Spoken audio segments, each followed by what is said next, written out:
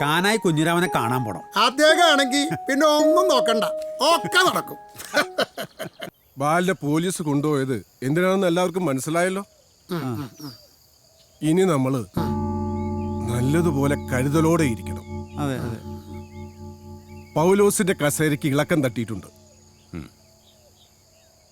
തൽക്കാലം ഞാൻ നിർത്തുന്നു.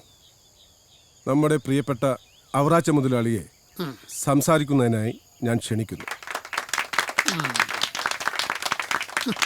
എൻ്റെ പ്രിയപ്പെട്ട അയൽവാസികളെ, നമ്മുടെ പുഴയെ ആര് നശിപ്പിച്ചാലും അവനെ നമുക്ക് പിടിക്കണം.